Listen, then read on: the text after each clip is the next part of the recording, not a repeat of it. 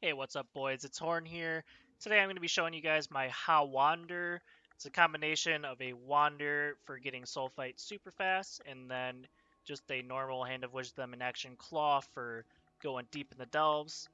Now, this build is extremely expensive, but you can get some budget alternatives for other gear, and like most builds in PoE, the more money you spend in it, the better it's going to be, and yeah, that's pretty much it. Let's get right into the mapping here because I know a lot of people just skip right into the gameplay anyways on guides, and we'll do all the talking later.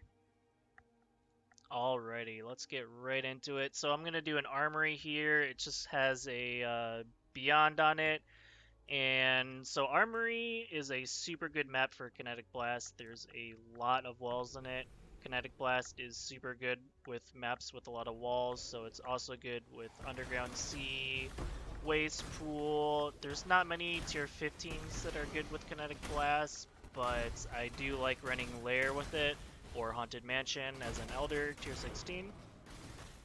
Now, Kinetic Blast did take a pretty huge nerf this patch, but the clear is definitely still god tier, as you can see from this video. We're not critting, so we can't really shatter.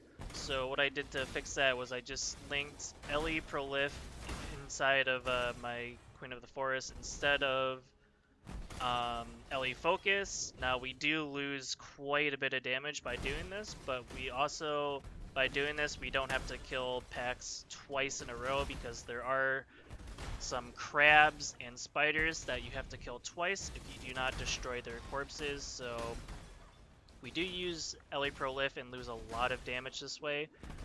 Now, I tried to scale single target with this build, but it's extremely hard. I would have to unspec out of the tree like a couple, maybe 10 nodes or so to make a barrage single target work and everything, and I just decided to just skip bosses instead. The whole point of this build was to just get soul fight much faster, so I didn't really care about map sustain. Map sustaining is pretty easy this league with the Abyssal Cities, and I'm going to be doing a map here without HeadHunter now to show what your clear is going to be looking like if you cannot afford one. It's really not that much slower. Now, we do lose quite a lot of speed without using HeadHunter, which is where I'd put on a Devotos for sure here, now that we get some energy shield from our belts. We're probably going to be breaking even, honestly, on ES. You'll have probably around 9k with the Devotos, and you'll pretty much be just as fast, so it's not too bad. Now, if you want to do just the HOWA Wander portion of this build, and you don't want to like push super deep in the delves, then you actually could make this build pretty damn good. We wouldn't take so many points into the curse effectiveness and AoE and duration, etc. We would take we have around 15 points invested in a bunch of curse nodes, so we would take all those points and we would invest them in damage and intelligence and more jewel slots, which is really, really good for LA Wanders. And I think if we do that, then we could definitely make this build work for single target, because curses really don't help us at all when we're just plain mapping and doing if we did the bosses and maps. But yeah, that's going to be the Wander portion of the video.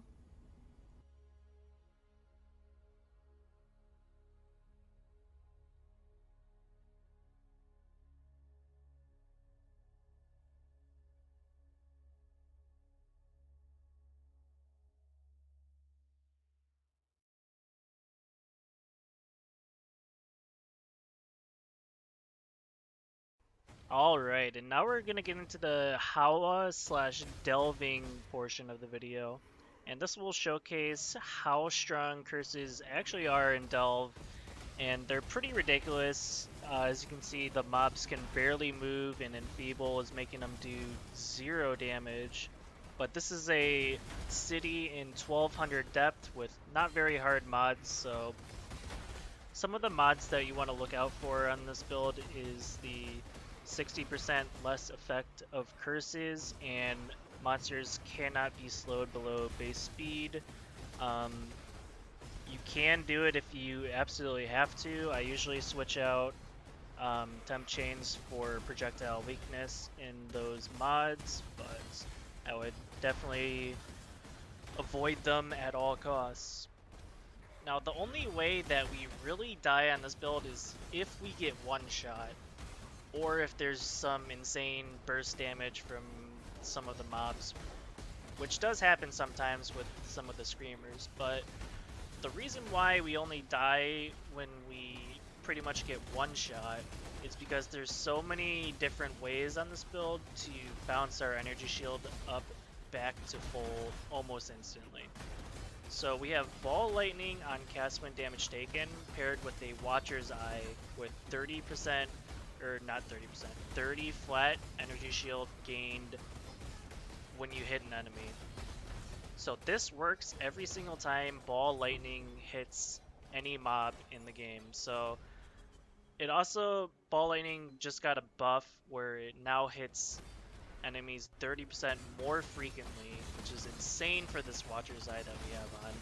So it's hitting all of these mobs and we're gaining 30% ES every time it hits instantly back, on top of firing 36 Molten Strike projectiles, which can hit multiple enemies, on top of Vile Bastion, which can give us 30% ES regen at the very max of it, which we almost always have because there's so many mobs in Delve that we just need to recently kill 30 mobs, or 30 enemies to get the full regen.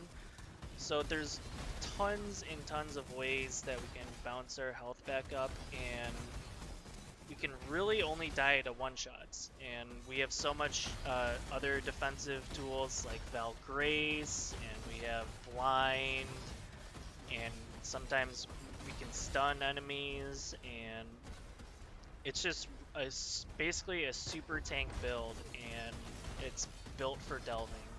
Now the bosses aren't, bossing on this build is really, it's not the best. Yeah, I mean, if you want to do endgame bosses, I did do an Uber Elder Deathless on this build. I can put it in at the end, but it's just, the attack speed is really, really slow on the build, and you're better off going HOWA Ascendant if you want to be doing some bosses. So it's really just meant for delving. Alright, so now we're gonna get into the gear. So for the wand part of the build, you're gonna want a wand with the HOWA mod. Adds 1 to 5 lightning damage to attacks with this weapon per 10 intelligence. That is a must-have on all wands. And if you want to craft one yourself, I tried myself and I did not get anything in like 1.5k alterations, but that's not that much. And so the best wand base to do this on is the imbued wand. It has the highest attacks per second, and all the other wands implicit are just spell damage or cast speed, so we don't really care about the implicit too much. So yeah, you just want a high attacks per second wand, and with the HOWA mod. And then other mods you're looking for is damage penetrates Ellie res, gain percent of Ellie as chaos, and added flat lightning or percent increased lightning. Also, you can flat, cold, and fire are also not bad. On the tree, we only have a couple nodes that scale lightning, so other flat LA damages are not going to be that much less damage than flat lightning. And okay, yeah. For the helm, you really want to get the kinetic blast chance for an additional explosion.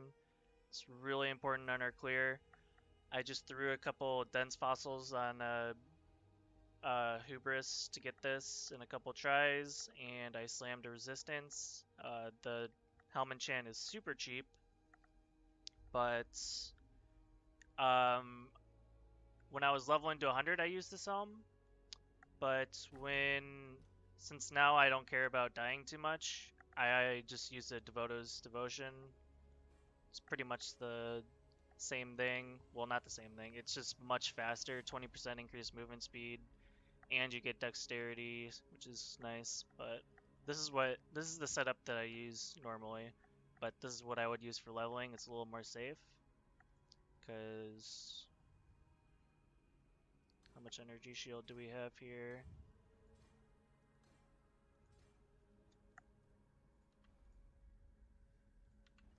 Yeah, we went from 9k to 7.8k. And so the amulet, this one is pretty pricey, but you can always get a you can use an Astramantis. It's pretty hard to beat an Astramantis. If you get an amulet with the if you want to use a rare amulet, the two mods that you absolutely must have in your build is the 1% increased damage per intelligence and increased attributes. Everything else besides that is icing on the cake. But if you do get those two mods with like a little bit of flat intelligence, it will out damage an Astramantis and it will give you more ES. Now for the shield, you want to use a Adziri's Reflection. You don't really need this for the wand part because we're not the only curse we're doing is LA weakness, so you don't really need that much curse effectiveness. You really just want the intelligence and the energy shield. I don't really want to do a shield swap because I'm already switching out like 4 or 5 pieces of gear for mapping. Rather just keep this on because it's pretty decent shield. Gives you a lot of evasion rating as well for Queen of the Forest, but if you can't afford this, I would get a evasion slash energy shield based shield with as much intelligence as you can and as much energy shield as you can, or a just titanium shield with the same stats. Rings, you can go all out on the damage with rings. You want flat intelligence, of course, for the HOWA mod, and increased elemental damage with attack shield with attack skills is way more important than flat lightning damage. It's going to give you way more damage, almost double the amount if you prioritize that over the flat lightning. But if it's too expensive, you can just get flat lightning, and then of course flat energy shield helps us survive. Resistances, I don't have any increased wet on this one because they're kind of ridiculously priced. For the boots, we can use the bubonic trail. Gives us 2 Abyss Jewels, which is amazing damage, 30% movement speed, which is really nice. And for the jewels, pretty much the same thing as your wand. You just want a shit ton of flat LA damage. And you also want Onslaught on Kill, so we can use 2 damage flasks and then movement speed. And we don't have to worry about a silver flask. And then, yeah. For gloves, Shaper Touch, we need the accuracy that these give us, and it also gives us a shit ton of evasion rating and ES because we're stacking a lot of attributes on this build. Finally, the belts. So Cyclopean Coil is going to be pretty much better than most belts, but if you can get a belt with the increased attributes and flat intelligence, of course it's going to be better. And so these are really hard to craft because you can only get intelligence on belts through essences, so you have to essence craft this belt. And currently the intelligence essences are in high demand because this build got pretty popular pretty fast near the end of the league when people realized how it was pretty broken. So I tried to buy a lot of the essences and I could only get like maybe 10 or 20. So I just ended up buying this. Now for flasks, since we use Queen of the Forest, this gives us evasion rating or movement speed per how much evasion rating we want. So with our flasks, we want to give us as much evasion rating bonuses as possible. Jade with the increased evasion rating during flask effect, increased effect is the best you can possibly get. You want a Stib Knight. One of your 3 utility flasks are going to need a freeze because you definitely need that during mapping for boxes, and you don't want to be chilled and slowed. So if you get freeze on your Jade, then just put increased evasion on this one. Alchemist Quicksilver of Adrenaline. You're gonna need this on pretty much any build in the game, but yeah, that's Dying Sun. We want more projectiles. It gives us more clear and more AoE, which doesn't really matter, but it helps. And just Edziri's Promise to help us with the damage because the tree is not really tuned to this skill. I'm just switching like 4 items so I can get Soul Fight really fast. So it's kind of slacking on the damage a little bit. Yeah, I don't know about the single target. After the KB nerfs, it's pretty hard to do bosses, so...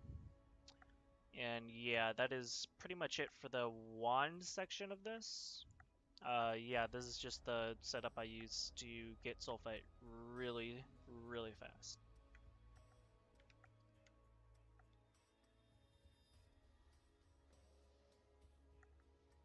Alrighty guys, so now we're going to get into the delve gear portion of the video. So I based this build off of PoE, Dan, and Catpost, who are both hardcore players. They were trying this build to push and delve super deep. Catpost got to around 650. Dan, of course, got to 1050, I think, before he got one shot by a random mob. And yeah, so I'm basing this build off of those 2 players, and I kind of tweaked it to my liking. But this is the gear for the build. So the core of the build: Hand of Wisdom in action. So 1 to 10 lightning damage to attacks with weapon per 10 intelligence. We basically just stack a ton of intelligence and try to get a lot of flat lightning damage. And we also stack a lot of other attributes with the Shaper's Touch as well. Helps us get a lot of raw stats. I have the Corruption with the 5% increased attack speed implicit. Can go to 5 to 7, I believe. It really helps with the with this version of the build. Most other HOWA builds usually go Ascendant, where you have a lot more attack speed. We're a cultist, we don't get that much attack speed, so this really helps. If you can't afford the Corruption, you can always get a perfect HOWA that's clean. It's only around 1x for the perfect version. Or you can just get one with the 12% increased intelligence, which is the max that it goes up to. That should only be around 10 to 15 chaos. Now, the most expensive part of the build is going to be the helm. Just the lab enchant 3 additional projectiles for Molten Strike costs around 28 to 30 exalts. You don't have to get it. The Going from the Merciless 2 projectiles to Uber 3 projectiles, it's not that much of a DPS boost. You maybe get around 8% more DPS with the Uber enchant, and the 2 additional projectile ones only cost around 1 exalt, and it would be super easy to craft with how broken dense fossils are. When you go about crafting your helm, you're going to want to try to use dense fossils and metallic fossils. Metallic fossils can give you the mod that nearby enemies take or have -9 to their lightning resistance, which is super good. We don't have that much pen on this build, so it really goes a long way. And I spent around 15 to 20x trying to get that mod, as well as like high 300s to 400 ES. I did not, for the life of me, could not hit it, but I had to settle with this one. It has a lot of energy shield, which is fine with me, and flat intelligence, so I'm okay with it.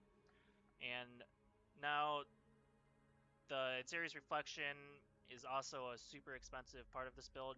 You absolutely do not need the shield, but the whole point of this build is to stack the curse effectiveness. So there's only around 5 or 6 curse effectiveness nodes on the passive tree, and the cultist also has, I think, 2 or 3, which don't give much, to be honest, but 20% is huge. It's don't look past that mod. 20% effect of your curses really, really does a lot. And so the idea of the build is to just stack curse effectiveness because delve mobs are all white, blue, or rare. So they don't get the debuff that bosses have, which they take 80% reduced effect of your curses. So we basically just stack a bunch of curses and we curse effectiveness and we can kill the mobs and delves super easily. Now, if you can't afford a shield like this, then you're just going to be... I already said it in the wand version, but yeah. So, the only difference between this and the wand version are claw, helm, shield, and the chest. This chest is super important. The most important role on this one is the gain 20% of elemental damage as extra chaos. You definitely want this one. It gives you a lot of damage. Don't underestimate how much it is. And what makes this chest so good is that 25% of elemental damage from hits is taken as chaos damage. Since we're CI, we are immune to chaos damage, so that we take 25% less elemental damage. In Delve, all of the mobs, you pretty much only have to worry about elemental damage. The physical damage isn't too bad, so most of the top tier Delve builds are going to be stacking a lot of elemental resistance, so this chest is best in slot by far. I think the 6th link of this chest should only be around 3 exalts, so you can definitely get one for pretty cheap. Alright, for the boots, you want to get boots with like tier 2 to tier 1 intelligence. It's super important. If you don't get boots with abyssal sockets, then make sure the energy shield is at least above like 200. If you get boots with abyssal sockets, you can get a lot more damage with a jewel with like flat LE and energy shield and intelligence, but I've been trying to craft one myself. I've wasted a lot of money. I could not hit anything over like 220 after maybe 8 or 9 tries, I'd say. And yeah, so I just had to settle for these boots. And finally, we're going to want a Taste of Hate. It gives us 6% to max cold res. Again, we want to be mitigating as much elemental as possible. Stibnite, this gives us a smoke cloud. It blinds enemies around us, so it's much harder for them to hit us. Also, our freeze flask. Wise Oak, of course, we penetrate 15% lightning res with this, or if you want to try super hard, you can balance your resistance. Also, you take 10% reduced of each element for which your uncapped LE res is the lowest, so that is also very important. Dying Sun gives us more projectiles on our Molten Strike, which is very nice. And finally, Topaz gives us that +6 to max lightning res. I have shock removal on this flask. You can also put Ignite if you want, because there are a lot of Delve mobs where you get the mod, their hits always ignite, which can be very, very dangerous. Now for the tree, it's super awkward to level HOWA. I just used Poet's Pens, and I went down here and went to the left side first. It really doesn't matter. Poet's Pens are broken if you can get your hands on them. I'd definitely use them for leveling. If not, maybe you can do like Firestorm with a +1 Fire Wand, or something like that. Maybe even traps. So on the tree, basically we're only going to want to look for intelligence and curse effectiveness. So over here, we're not a crit build. We take elemental overload. Every time we crit, we get 4% more elemental damage, but we have no crit multipliers, so our crits don't do any extra damage. And we're going to want 2 wildfires. If you want, you can get a good corruption on this. 1% reduced mana reserved. It doesn't cost too much to get them. We come over here and get a lot of damage nodes. We have room for 2 jewels that aren't unique. So for the Watcher's Eye, you absolutely need the 30 plus 30 energy shield gain for each enemy hit while affected by discipline. So every time you Molten Strike, you're hitting tons and tons of enemies around you. So when you're getting 30 energy shield back each time your Molten Strike hits multiple enemies, you're getting a lot of life back. And then you pair that with Vile Bastion, and you get insane regen. It's almost impossible to die unless you get one hit. So after that, another Wildfire. We take an Abyss Jewel. We want that Onslaught on hit, and after that, we want flat ES slash Intelligence slash flat LE to claws or attacks. We get these Energy Shield nodes. Strength plus 30 strength nodes are super nice with the Shaper Touch, because the strength, where is it?